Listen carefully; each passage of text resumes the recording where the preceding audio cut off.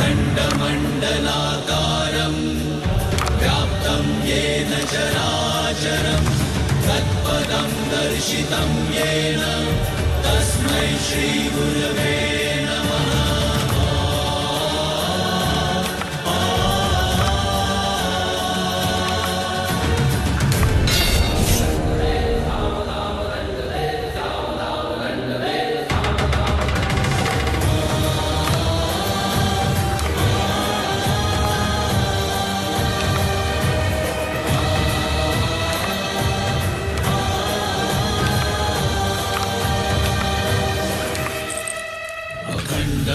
अखण्डमण्डलाकारम् व्याप्तं येन चराचरम् तत्पदं दर्शितं येन तस्मै श्रीगुरवे नमः।